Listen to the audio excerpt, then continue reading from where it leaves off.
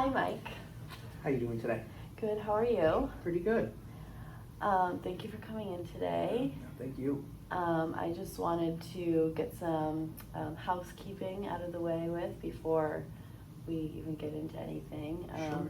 I just wanted to let you know that everything that is discussed in this room between us is confidential.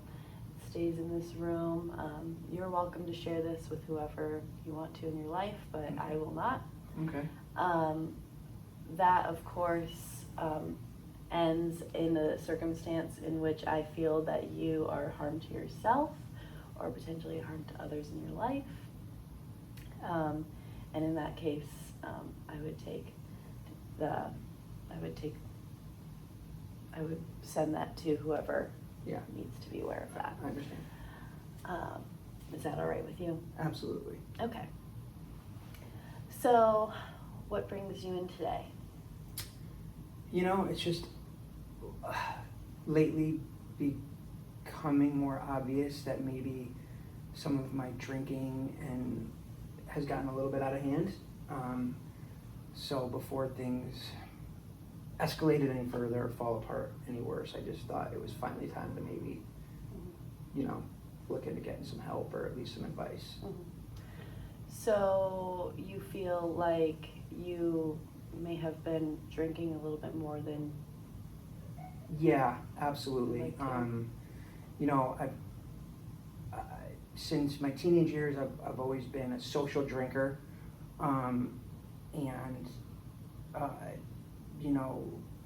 more recently in my 20s and now my 30s, I just feel like my drinking has escalated from just like social weekend drinking with buddies to more like I'm coming home from work and I'm drinking every night. So are you typically, you say you're drinking every night, do you feel like you're typically drinking alone when you're drinking every night? Yeah, absolutely. Okay. Yeah. My wife may have like a glass of wine simultaneously, but it's definitely not like, we're drinking together, and she has one glass of wine and then, I'm having, at least a 6-pack of beer. Okay.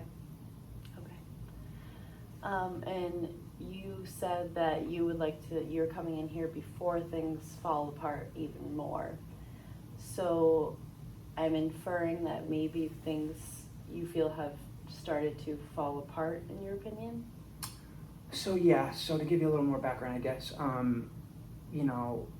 when I was in my early 20s, I got a DWI,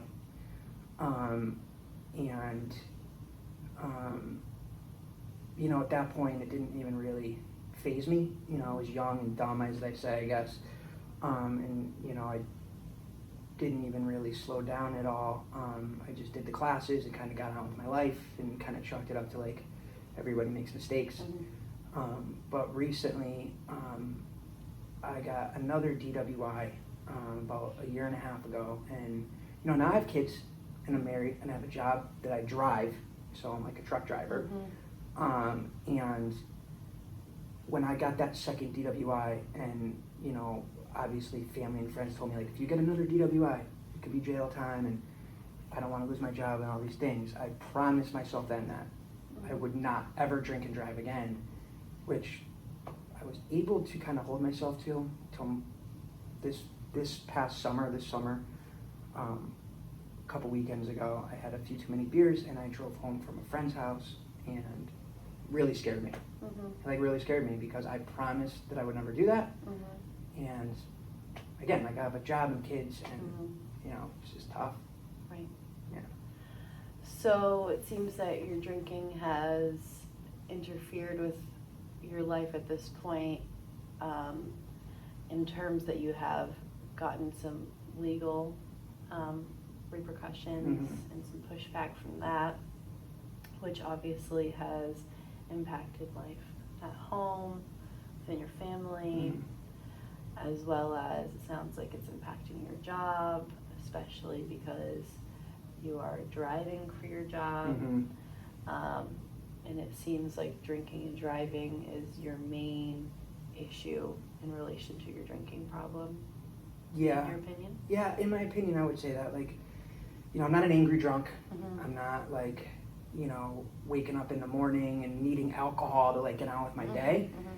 But I definitely, when I drink, my self-control and ability to make good decisions definitely dissipates, and it's like I'm not 20 anymore. Like this is real, you know. And I just so I don't know like what to do or really where to go. I haven't really talked to anybody, family, about that I'm even here or anything like that. So. Okay. And tell me more about how this is impacting your life at home. You know, we just bought a house, and you know, I think my wife is definitely stressed about my drinking, and like when I go out with friends, like she's definitely stressed. Like, you know, she's worried about me, and I think she recognizes the fragility or whatever in my behavior, and she's aware of the impact I guess it could have on our lives. You know, like if I lost my job, you know, she works, but she couldn't handle all the bills. Right. You know, we're a team in that respect. Right. You know, Right. so, you know, she'll definitely get angry with me once in a while, but we don't like fight a ton, but she's definitely not happy with it, if that makes sense. Yeah. Right. So do you feel like this, clearly it's impacting your life at home and also your ability to perform well at your job? Do you feel like this, you say that you and your wife aren't necessarily fighting all the time, but do you feel like this is the potential to severely impact your marriage down the road? It could, yeah. I think if I was to get like in trouble again or have any kind of like major incident that was directly related to my drinking, I feel like she would consider divorce. Right.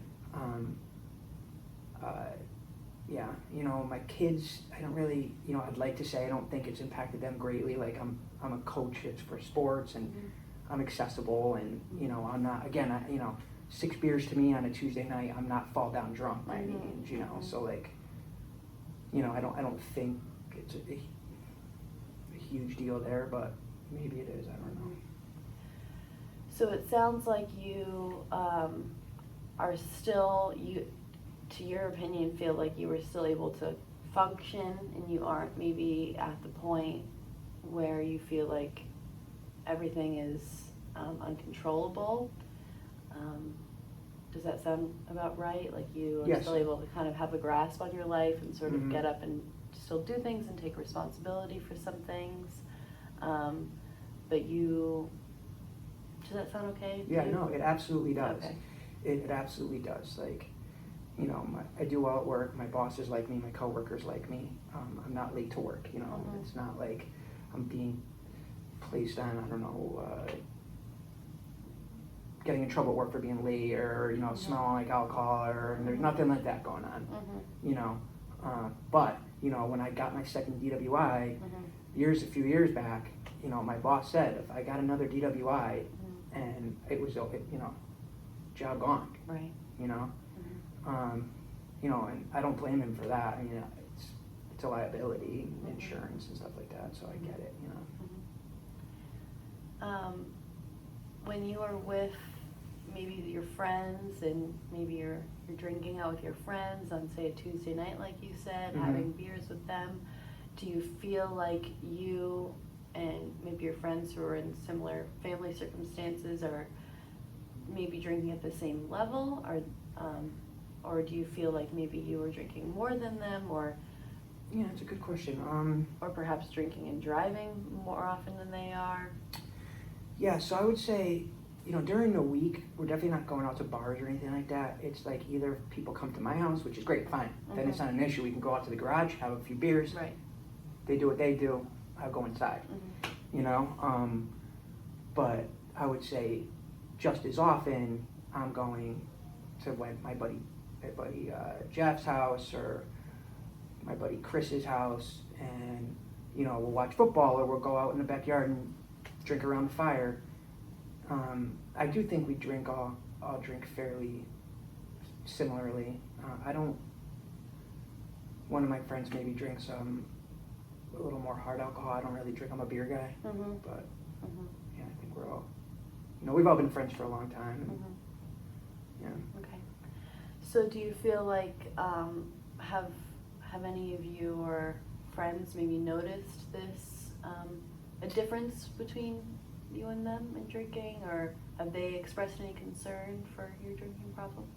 Yeah, I kind of have like two groups of friends. We all used to be like one big group of friends, but I have a few close friends who kind of left town, got jobs, got married, and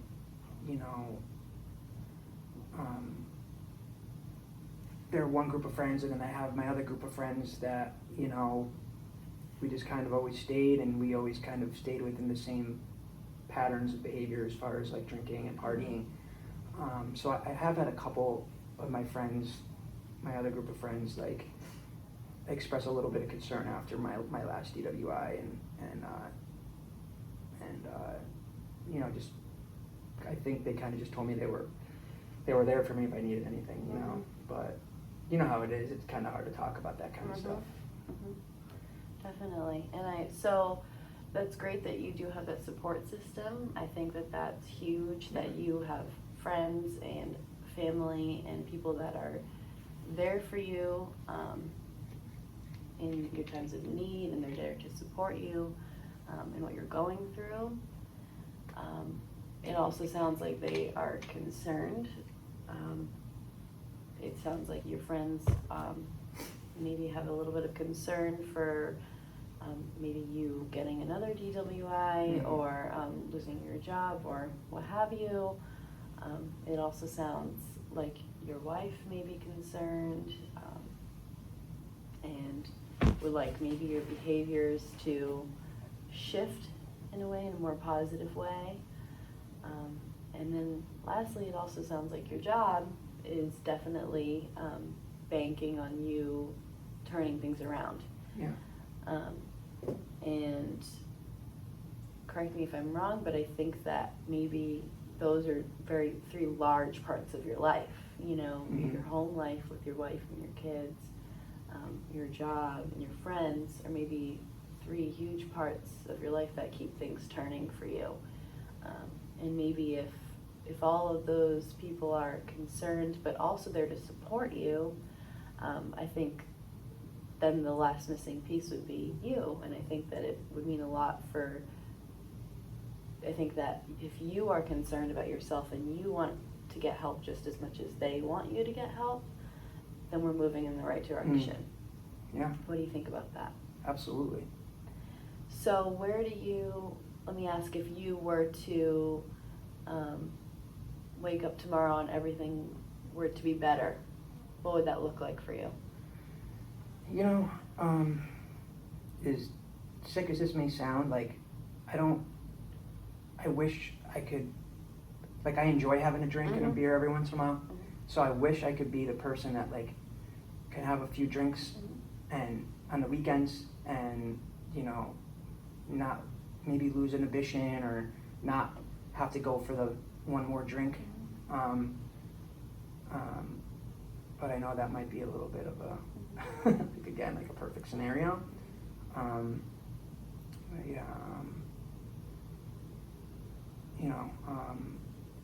That would be the perfect thing, I guess. Yeah. So, although that sounds like a perfect scenario, thinking back to reality and the way things really are, you don't feel like you can be that person to just have a couple drinks and cut it there? I don't.